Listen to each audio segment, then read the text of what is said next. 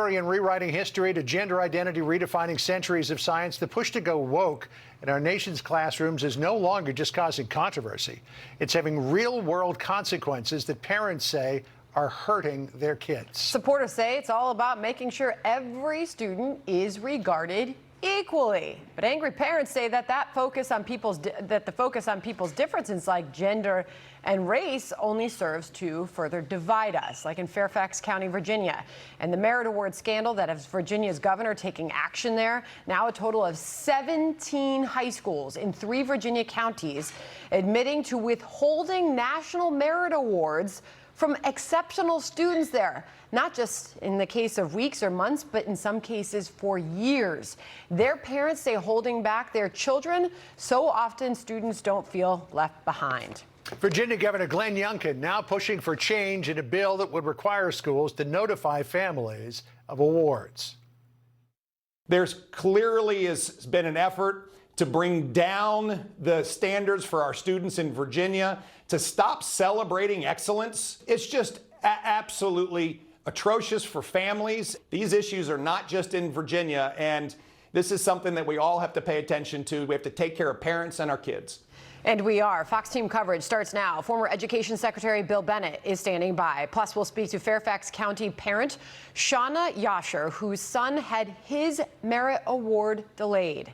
Fox Business' Lydia Hu has got the latest on the scandal. But first, we go to Garrett Tenney on another school scandal that critics warn is an extreme example of what can happen when woke goes too far. Garrett?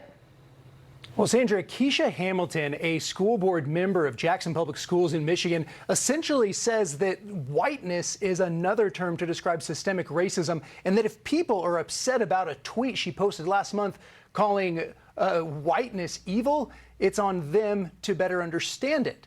Here's her post that set off this firestorm. Whiteness is so evil, it manipulates and says, I won't apologize for my dishonesty and trauma-inducing practices, and thinks you should applaud it for being honest in its ability to manipulate and be dishonest. Well, that prompted a lot of upset parents to attend this week's school board meeting, where they blasted Hamilton's post as divisive and hateful and called for her resignation. How can children with white heritage feel safe when a board member posts racist statements against whiteness and white tropes? These posts were made to incite and divide with no explanation of her supposed intention until after she incited all this anger.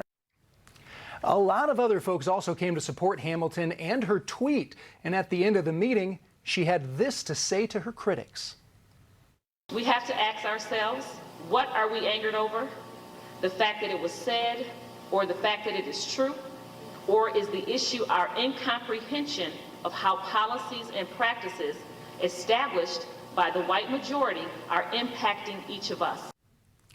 The superintendent of Jackson Public Schools tells us the board is not considering taking any action against Keisha Hamilton over her tweets, which he describes as expressions of her freedom of speech. Sandra. Garrett Tenney live in Chicago for us. Garrett, thank you. Now back to Virginia, where the investigation's heating up into more than a dozen Virginia high schools over why they failed to give students their prestigious merit awards in a timely manner. Frustrated parents at those schools are demanding answers. Lydia Hu is here with more. The Fairfax superintendent is meeting with parents. What is she saying now, Lydia? Well, hi there, Sandra. You know, she is meeting with them in these public dialogues, and she's apologizing to them, and she's saying that she understands why they're angry, and she's acknowledging now that trust has to be rebuilt. You know, it's interesting, when we first heard about this scandal, this delay in notifying students of their merit status, this was a situation that was called unique, and it was blamed on human error. But Sandra, now we are getting a very different message. Watch this. I would venture a guess that it's not unique to Northern Virginia. It just happens to be that we're in the middle of this conversation right now. Now, the number of schools involved in this controversy continues to grow. According to the Virginia governor's office, we now have 17 schools across 3 counties that delayed notifying some students of their national merit status. And news broke just yesterday on this show with you, Sandra, when Virginia Governor Glenn Youngkin told you he's going to take action now with new legislation to require schools to notify students and parents immediately of awards or scholarship opportunities moving forward. But for some families, it is too late. What I didn't know, Martha, was that fall, my son had gotten this National Merit Commended Student Award. They've kept it a secret from me. And he is now a sophomore in college. I'm paying out-of-state tuition. So, of course, that parent's wondering what her status would have been, her son's status would have been at the college, perhaps a scholarship, if he had been able to include that award on his application. School districts are promising changes, firming up procedures on how and when to notify students and parents. But as these changes come, the Virginia State Attorney General's office, they're launching an investigation. He wants to know whether discrimination is at the root of all of this, because in Thomas Jefferson High School, for example, where this first happened, predominantly Asian student population. If you look at National Merit semifinalists, an analysis by a local publication in Virginia shows 75% of them are Asian students. So he's asking some questions about that. Just remarkable, as they should. Lydia, thank you very much. John? Sandra, parents say administrators are refusing to explain why the delay occurred as questions remain over whether the awards were withheld intentionally as part of a woke equity push. Let's bring in Shawnna Yashar. She is a Fairfax County parent whose son had his merit award delayed. He is still a senior at Thomas Jefferson, where this whole thing started. You were the one who uncovered it. We put this question to the governor, Glenn Youngkin, yesterday, who was on this program, and he says that it spread far and wide beyond Thomas Jefferson. Listen here. We now are led to believe that there are three counties, our three largest counties in Virginia, with 16 schools that failed to notify students of national merit recognition. And I'm taking action.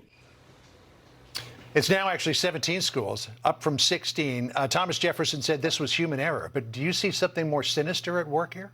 Yeah, I think so, John. I mean, I think one mistake maybe, two mistakes maybe, but 17 mistakes, that obviously doesn't add up to just being one simple human error. Shawnna, I just want to point out that the woman we just played the sound of, who's sort of leading this effort, this happened 2 years ago. It's been revealed to her family, to her son. She says she's working 3 jobs, has since had to send her son to an out-of-state school because he wasn't awarded the merit scholarships. This delay has serious costs to families who then could not properly apply for their colleges with the merit awards. I mean, there's some real-world consequences here that a lot of these parents are speaking up about. Right. It's not just the acceptances to the colleges. Yeah. It's also the scholarships that you can achieve from the National Merit Scholarship Corporation, but also other scholarships. Like, there's scholarships that are available through people's employers. There's scholarships that are available even as you go through your academic career at a university.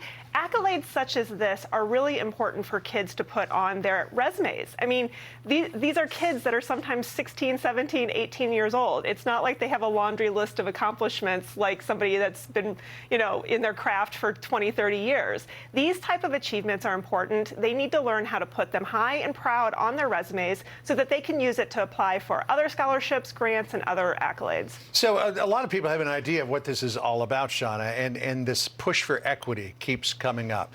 Your son, as we mentioned, is a senior at Thomas Jefferson. He should have gotten notification of his National Merit Scholarship in probably mid-September. He didn't get it until late November, after he'd already applied to some colleges that he wants to go to study engineering. You spoke with the Director of Student Services at TJ, a fellow named Brandon Kaseka, about it. What did he tell you was the reason that these things were delayed? Right, yeah, he did tell me, I spoke to him actually shortly before Thanksgiving, and he told me that they had delayed giving these to the students because they wanted to find a discrete time to hand them out to the students where they wouldn't feel so bad if they didn't get the award. What does that mean, even? It's a where we have a fundamental problem, John, is the schools have stopped focusing on academic excellence as their primary objective. If the school was focused on academic excellence as opposed to all the other things that they're focused on these days, they would have handed out these awards immediately to the students, because that would have been so exciting when they received them. They wouldn't have been worried about the students' feelings that didn't get them. They wouldn't have been worried about how can we do it in a secret way. They would have just given them to the kids. And by the way, who's to say that the kids who weren't awarded them, who's to say that that doesn't hurt them too? I mean, we all have to have something to aspire to or to work towards, and it shouldn't take away from them. There's this equity coach that was hired. Have you been given any details on that?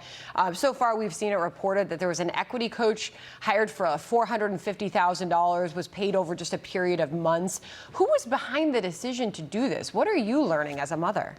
Well, what we've heard so far, some of the reports that I've seen, is that our new superintendent, Dr. Reed, hired this equity coach under a single source contract. That's something that she's going to have to answer some questions about, because that is not permissible in Fairfax County. They are supposed to bid these types of programs out. So why she hired a $450,000 equity coach without going through the normal procurement procedures really needs to be investigated. You know, you talk about this idea of academic excellence is no longer the priority. Thomas Jefferson has long been ranked the #1 public high school in the nation. And it's always been in pursuit of academic excellence. Now, by and large, the majority of the school population is Asian American, and they think that they're overrepresented. So we've got to take steps to make sure that they're not. And they've even restricted admissions to Asian Americans. But if a prestigious school like Thomas Jefferson starts to reduce its standards for who can get in and doesn't focus on academic excellence, does it not therefore hurt that school's stellar reputation? Or thus far stellar reputation? It just sends the wrong message. It sends the wrong message to parents. It sends the wrong message to kids. I mean, you should be really working hard to be able to go to Thomas Jefferson High School. A lot of these kids start working hard really, you know, in their grade school and their middle school careers because they want to go there. That school has some amazing facilities. It's a wonderful gift that the Commonwealth of Virginia has placed in that governor's school. And kids are really proud when they get accepted there. They are proud of how hard they worked, and they're proud of all of the cool stuff that they get to work on. It's a really, really special place with lots of amazing kids. I don't want to see that changed. As a mother, what's this conversation been like with your child? Like, what are you hearing from other parents about how people are really handling what we're learning about all this? I mean, parents are frustrated, right? I mean, parents started getting frustrated during the pandemic when the schools stayed closed for far too long, especially in Northern Virginia. They started to see the school system put things other than academics at the top of their priority list. Things that are great to think about. You know, we're looking at solar panels, we're looking at electric buses, we're looking at all sorts of other initiatives that the school wants to do. But academics needs to be #1. It needs to be the primary objective of the school system. And if we return to that, I think a lot of these types of one-time errors might not happen so frequently. You know, Fairfax County Public Schools, and I know about this, we talked about this because my twins went there and may go back again at some point in the future. Scott Brabrand, who was the superintendent before Michelle Reed came along, was roundly criticized. I mean, they almost ran him out of town on a rail because of COVID. And now Michelle Reed is embroiled in all of this controversy. Some parents met with her recently. What do the parents want? And Governor Youngkin has said, we're going to put through legislation to make it illegal to do what happened to your son. So what do parents really want here? Parents want to be involved. They don't want to be left in the dark. They want a seat at the table. They want to know what's going on with their kids' education. They want to have a voice in what's going on in their public school system.